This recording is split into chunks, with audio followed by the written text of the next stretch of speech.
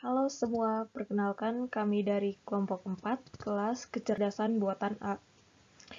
Pada kesempatan kali ini, kami akan mempresentasikan hasil diskusi kami tentang pengaplikasian AI dalam film Star Trek dengan judul yang kami ambil, Mesin Penerjemah Online. Sebelumnya, perkenalkan, saya Mona, beserta keempat anggota kelompok saya, yaitu Alvarez, Wendy, Agung, dan Ananto. Yang pertama, aplikasi AI. Kecerdasan buatan adalah kecerdasan yang ditambahkan kepada suatu sistem yang bisa diatur dalam konteks ilmiah atau bisa disebut juga inteligensi artifisial. Andreas Kaplan dan Michael Heinlein mendefinisikan kecerdasan buatan sebagai kemampuan sistem untuk menafsirkan data eksternal dengan benar, untuk belajar dari data tersebut, dan menggunakan pembelajaran tersebut guna mencapai tujuan dan tugas tertentu melalui adaptasi yang fleksibel. Sistem seperti ini umumnya adalah komputer. Kecerdasan diciptakan dan dimasukkan ke dalam suatu mesin, yaitu komputer, agar dapat melakukan beberapa pekerjaan seperti yang dapat dilakukan manusia. Beberapa macam bidang yang menggunakan kecerdasan buatan antara lain seperti pakar, logika fuzzy, jaringan syaraf buatan, dan robotika. Oke, pada bagian ini saya akan membahas mengenai salah satu contoh penerapan AI, yaitu alat penerjemah otomatis. Nah, alat penerjemah otomatis ini adalah alat yang digunakan untuk menerjemahkan suatu bahasa ke bahasa lainnya, misalnya bahasa Inggris ke bahasa Indonesia. Nah, salah satu contoh alat penerjemah otomatis yang paling sering kita gunakan adalah Google Translate. Google Translate ini menggunakan artificial intelligence di dalam melakukan penerjemahan. Artificial intelligence di dalam Google Translate ini bekerja dengan cara mengenali pola dari suatu kata atau kalimat yang dimasukkan oleh user. Sehingga semakin banyak data yang diterima oleh Google Translate, maka semakin baik hasil terjemahan yang dapat dihasilkan. Nah, di dalam alat penerjemah otomatis ini terdapat beberapa bagian. Bagian pertama itu voice recognition. Voice recognition bekerja dengan cara menerjemahkan mengubah suara menjadi teks. Nah, teks yang didapat dari suara tersebut akan diterjemahkan ke bahasa tujuan dalam bentuk teks. Nah, bagian terakhir yaitu penerjemah teks ke teks. Teks dari bahasa sumber dimasukkan melalui keyboard.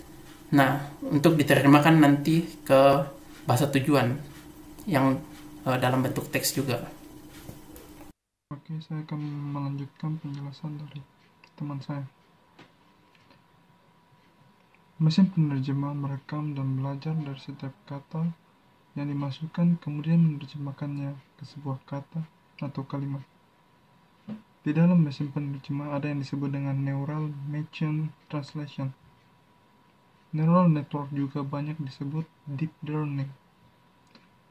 Ini merupakan branding lain dalam cabang ini.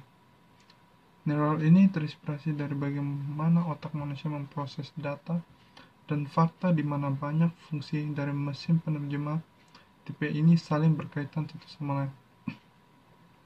Saat otak kita menerjemahkan suatu kalimat ke bahasa lain, otak kita akan memproses ini ke dalam suatu aktivitas neuron, dan aktivitas ini disebut encode.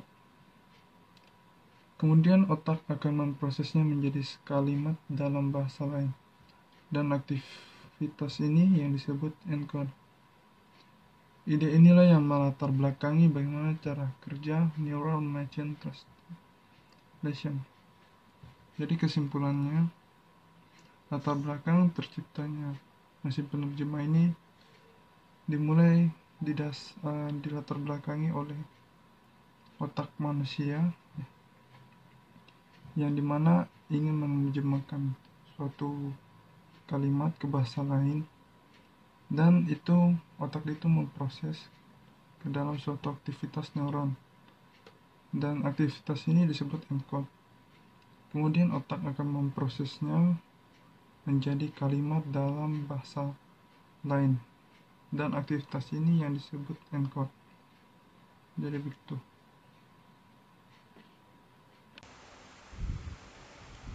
Selanjutnya adalah Neural Machine Translation. Neural Machine Translation akan meniru pada bagaimana kita memperhatikan ciri-ciri visual khas di area sebuah gambar, atau menghubungkan kata-kata menjadi sebuah kalimat. Dengan mengenali hubungan atau susunan tertentu, maka Neural Machine Translation dapat menentukan susunan kalimat yang diinginkan. Pada model Neural Machine Translation yang memanfaatkan self-attention, kata-kata pada sebuah kalimat akan mendapatkan rating atau nilai untuk menunjukkan sekuat apa kalimat akan mendapatkan rating atau nilai untuk menunjukkan sekuat apa hubungannya dengan kata yang lain. Jadi pada mekanisme attention, kita menentukan nilai berdasarkan seberapa kuat sebuah kata terhubung dengan kata yang lain. Nilai tersebut kemudian berkontribusi kepada sebuah struktur hierarki yang membantu neural network menyimpulkan seberapa penting sebuah kata dalam konteks kalimat tertentu. Oke, selanjutnya untuk cabang kecerdasan buatan dan pengetahuan di mesin penerjemah bahasa online. Yang pertama yaitu pemrosesan bahasa alami, disingkat PBA atau NPL, Natural Language Processing, merupakan cabang yang mengkaji interaksi antara komputer dengan bahasa alami. NPL antara lain mencakup segmentasi tuturan, segmentasi teks, penandaan kosakata, serta pengawataksaan makna.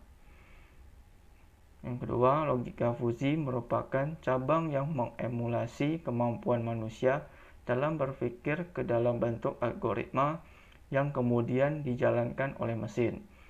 Algoritma itu digunakan dalam berbagai aplikasi pemrosesan data yang tidak dapat direpresentasikan dalam bentuk biner. Logika fuzi menginterpresentasikan statement yang samar menjadi sebuah pengertian yang logis.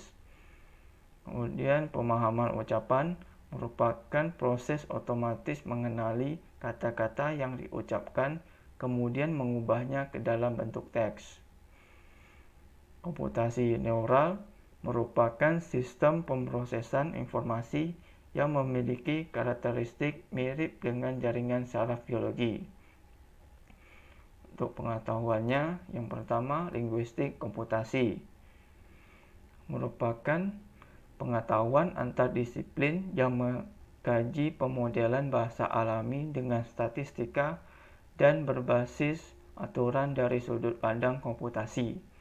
Komputer dapat dipakai untuk menganalisis bunyi bahasa. Filsafat bahasa merupakan pengetahuan gabungan antara linguistik dan filsafat.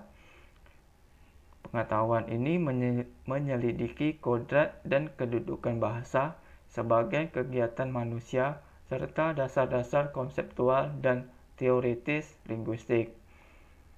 Kemudian logika merupakan pengetahuan yang mempelajari kecakapan untuk berpikir secara lurus, tepat, dan teratur.